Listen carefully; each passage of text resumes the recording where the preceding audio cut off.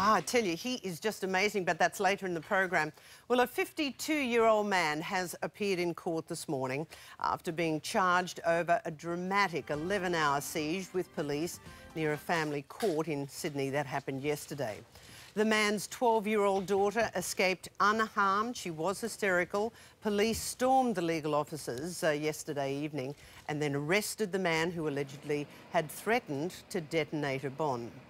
Now, this man's motivations, they're still unclear. But to talk about what drives men to desperate actions in the spotlight, I'm joined this morning by a forensic psychologist from Melbourne. Good morning, Sandy Ray. Good morning, Kerri-Anne. Also here in Sydney, Philip York, who is from Dads in Distress, and commentator Bettina Arndt. Ladies and gentlemen, good morning, everyone. Good morning, Kerri-Anne. If I could start with you, Philip. It is a tough situation. Clearly, Dads in Distress means you deal with a lot of families and fathers who are doing it pretty tough. What are the hurdles that they face when it comes to the system? I think the system in itself is quite difficult for dads to navigate through, and especially if they're unsupported, Kerri-Anne. There's a perception within the community that dads are often on the back foot even before they start within the family law system, and with a starting point as such, they feel quite hopeless even to begin with. And led to a great deal of frustration. And you must have many examples. Yes, I do, absolutely. We get dads come into our groups, and especially on their first night, there is a high level of distress, a high level of hopelessness and frustration. And what is the key? Is it the system? Is it communication? What is it they worry about the most?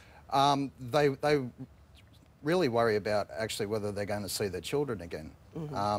The dads that are in the most level of distress often feel as if there's some false allegations put towards them throughout the family law process. And that is always difficult, isn't it? Bettina, I know you've written extensively on this particular issue, and one of the issues you brought up is that these dads feel as if they are strung out by the judicial system. Is this how you see it?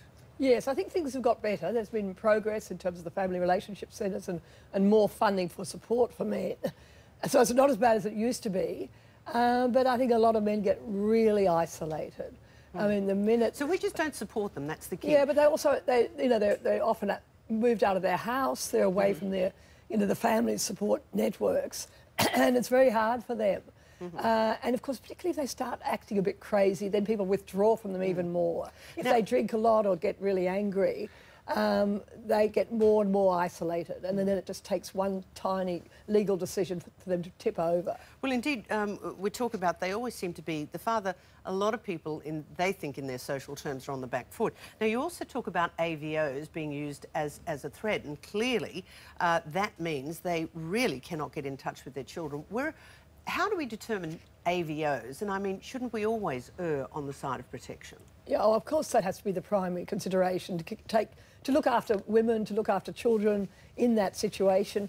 But we have to think about what it's like for a man to suddenly be shut off from having any possibility of contact with his children, and that's it. And it can be a red flag. It can be really dangerous for that man. But the real risk is actually not him acting out in this way, but suicide.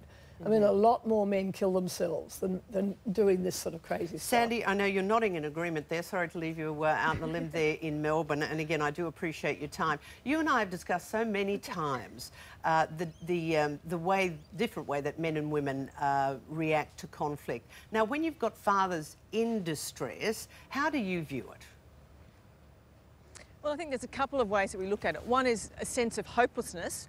And on the other dimension, there's an sense of absolute rage, because sometimes they just they've lost control of, I guess, some of the most primary functions, that's being a provider, a carer, and a lover of their children. And this is where I think the conflict really starts, because they're then embracing a system that is making determinations, decisions, which they often feel they don't have control over.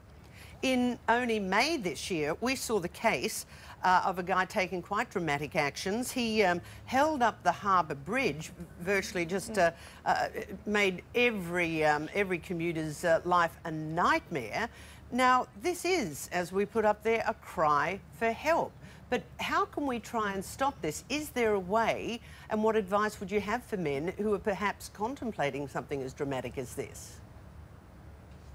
Look, I think it is a cry for help, but equally I'd like to add in, there's another side to this argument, that some of these men also see their children and their wives and their family life as a property. And so there is a sense of entitlement, ownership and proprietorship. So on the one hand we've got the conflict of the distress that these men engage in, and then there is a minority of men who also engage in this otherwise unacceptable behaviour. And we see this in evidence in cases like Farquharson, Freeman and the Westgate Bridge. So there are men who actually decide to take really bad decisions and don't engage in what I call consequential thinking. Yes. But there's a whole range of there's a whole range of options that they also have that perhaps they don't feel they have access to. And clearly that is the very violent and tragic end there. Philip, would you like to respond? Well, yes, certainly there has been some violent and some really drastic actions taken by dads over the years. I think, from what I can understand of these dads, they do feel totally isolated. They don't have a network of family, friends, professional services around them. So what can we do? And I'd like to finish and round off this interview by asking each of you, we know the cases that have been before, we know the cases that are before the courts. The key is whether men feel as if they're entitled and able to see their kids. What do we do about it, Philip? I know it's a tough answer, but what can we do to help?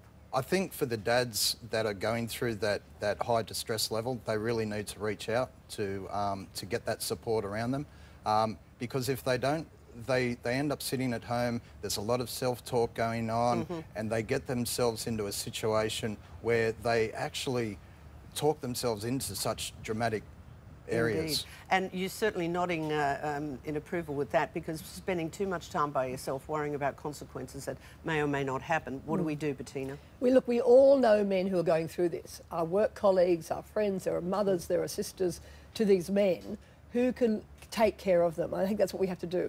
Reach out to them. If we know a guy's under stress like this, we have to take them under our wing. We have to get them to talk to us, to keep an eye on them, move in with them, whatever, and look to the services that are there to help these men, like Dads in Distress. There are men's helplines. If you know someone who's going through this, you can find people to help you to make sure he doesn't do anything crazy. Sandy, what would your advice be? Because you know these horrible outcomes at times. I do know these horrible outcomes, and I think there's a number of contact points that we could make more mental health professionals available, both at the mediation centre and in the family court, because this is where it really comes undone, both at the mediation and the family court. So I think we need to envisage a more significant network of mental health professionals right at that contact point. But it still, I tell you, is not going to stop the absolute frustration of some people who try and address the judicial system, and it is a toughie when you're not a professional. Sandy Ray, we do appreciate your time from Melbourne. Good morning. Thank you, Kerri-Anne. And Bettina Arndt, thank you for that valuable Kerri-Anne. input, and I know you've had a great interest in the features that you've written about it. And Philip York, thank you and all the very best. Thank you.